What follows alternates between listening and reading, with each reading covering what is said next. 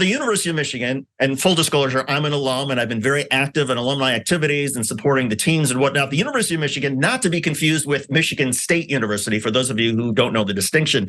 The University of Michigan in Ann Arbor, the number 2 ranked college football team this year, because of their football program and a staffer for their program, the university is under perhaps the gun from the Big Ten Conference, of which Michigan is part of, to possibly Michigan might possibly face some sort of suspension or some sort of punishment regarding allegations of alleged cheating in college football. So let's get caught up with the allegations. I'll defer to Yahoo Sports to describe this. Michigan's sign-stealing scheme, first reported on October 19th by Yahoo Sports, is believed to be an elaborate multi-year endeavor to scout and record opponents' play signal calls. At the center of a scheme is a former low-level analyst, Connor Stalions, who failed to cooperate with NCAA investigators last week and was dismissed, according to sources, although he says he resigned. The school announced Friday that he resigned. Stalions is believed to have used as many as 65 associates to scout games, sources tell Yahoo Sports. Now, all of these associates were not Michigan employees. There's some indication that they were simply friends of Connor Stalions. And by the way, his job, as is the job of a lot of staff on various football teams, is to try to decipher the alignments, the arrangements, the setup of opposing defenses and offenses. And then that way, your football team, if you know, oh, they're in a heavy set, they're likely to run, your defense can respond accordingly. And some of these efforts also include, hey, can you pick off the signals that other coaches are signaling to their players on the field? Well, Stalions allegedly took this one step further by having some of his friends actually go to other stadiums and recording those other teams, and then perhaps matching up that sideline video with all the video that is shared between schools in terms of what's actually happening, the 11-on-11 battle on the field. Well, the NCAA has made some preliminary findings, and so the NCAA findings do not connect the in-person scouting and recording of opponents to Jim Harbaugh, the head coach, sources say, an absence of evidence essential to a potential lawsuit from the school and against the Big Ten. Now, the Big Ten had a meeting with other coaches and athletic directors last week, and all of them who have been crushed by Michigan the last 2 years, including Ohio State, they are complaining, saying, well, what Michigan did violated the sportsmanship that we expect in the Big Ten, and they put a lot of pressure on the Big Ten commissioner to take some sort of action. He has notified the University of Michigan that he intends to take some sort of action. There are a couple of options.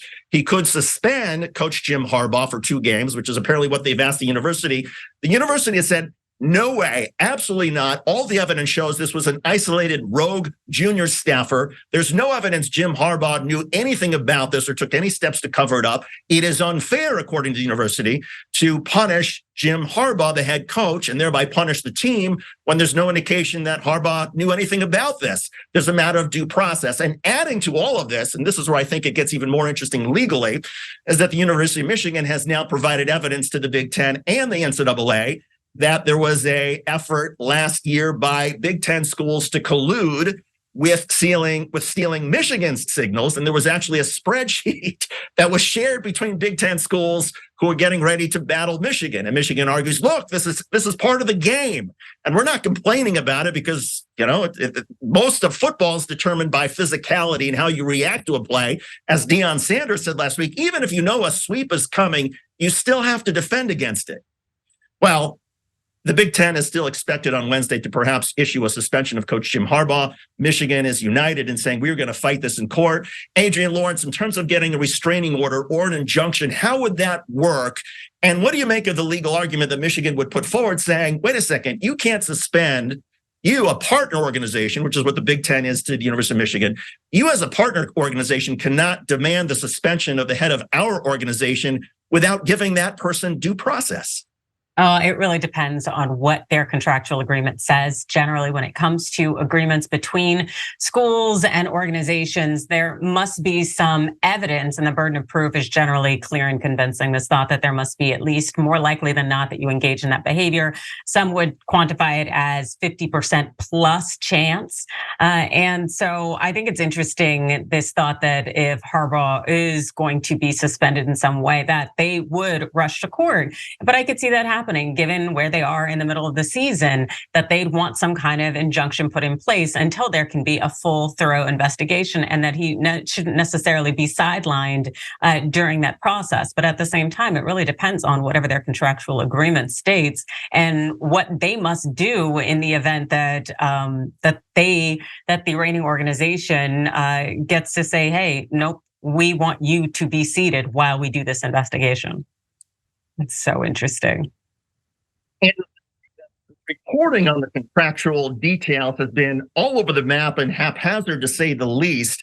And there's also been this sort of suspicion because a lot of the extremely sloppy reporting, which almost seems like it's been Ohio State football feeding ESPN reporters the most damaging information they can imagine about the University of Michigan without including any exculpatory or information that suggests, well, maybe this isn't such a big deal.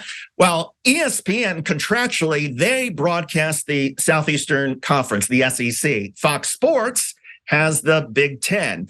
If the Big Ten sends 2 schools to the college football playoffs, that's an extra, $20 million for the Big Ten. If the SEC sends 2 schools, then that's an extra $20 million for the ESPN partner, the SEC. And so there's some theory about, well, if somehow ESPN can diminish the Big Ten and can hurt Michigan and cause Michigan not to go to the college football playoffs, and that opens the door for another team from the SEC, you're talking tens of millions of dollars that goes to the ESPN partner in the Southeastern Conference, as opposed to Fox, which is broadcasting the Big Ten and wants to see the Big Ten do well, which has been, has been reporting sort of more accurately and fairly and sort of circumspect. And in the midst of all of this, so you have bad journalism, you've got incredible emotions all the way around, from Big Ten schools that have had their butts kicked by Michigan the last 2 years to Ohio State, which has lost 2 years in a row to the University of Michigan. And their head coach, Pat Day, is on the chopping block if he loses again. And so incredible pressures on so many different people to say, wait a second, I lost to Michigan, not because of my team was inferior or because it wasn't as well coached, but they cheated.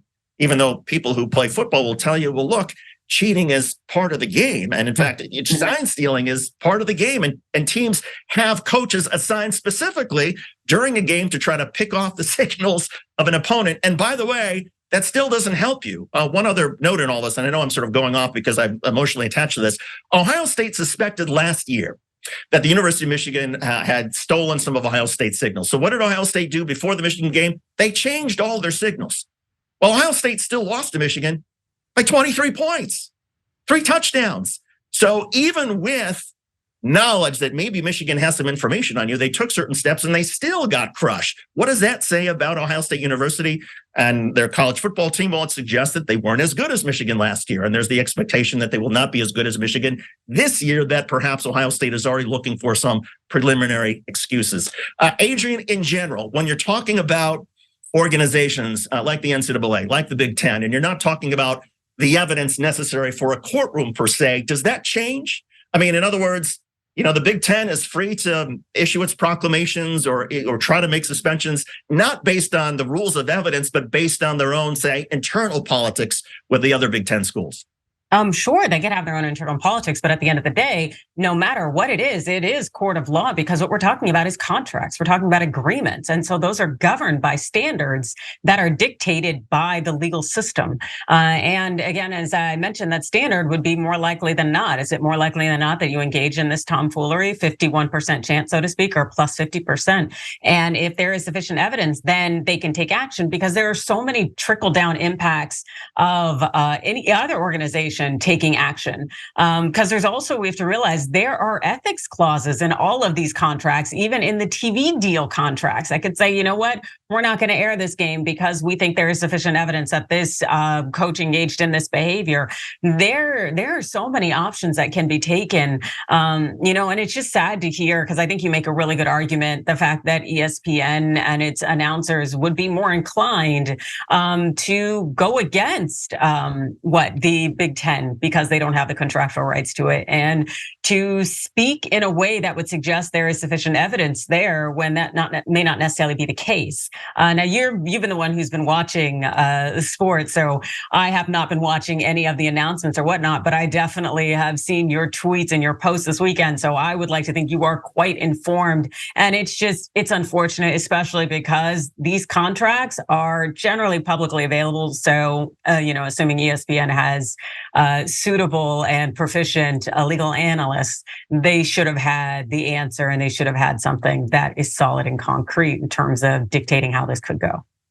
Yeah, and to be clear, I mean, as somebody who went to the University of Michigan, as an alum who's been very active, I have a lot of friends, a lot of contacts who are right in the middle of all of this. So, and plus, as somebody who's been following college sports in depth for a long time, this is an issue near and dear to my heart. One thing that has been pointed out is that people think, well, why is this such a big deal anyway? Why doesn't college football do what the National Football League does? The NFL, they actually have one-way radios in which a coach signals the play by telling the quarterback, then tells everybody else. And so there's no sign stealing in that regard in the NFL. Well, that has been proposed for college football before, but college football coaches and athletic directors have repeatedly said, we don't want to do that, because they want to be able to steal the signals and have their people on staff whose job is to intercept and figure out, well, what are they going to run? Oh, it looks like based on their hand signals, they're going to run a heavy defense or a zone blitz, whatever it is.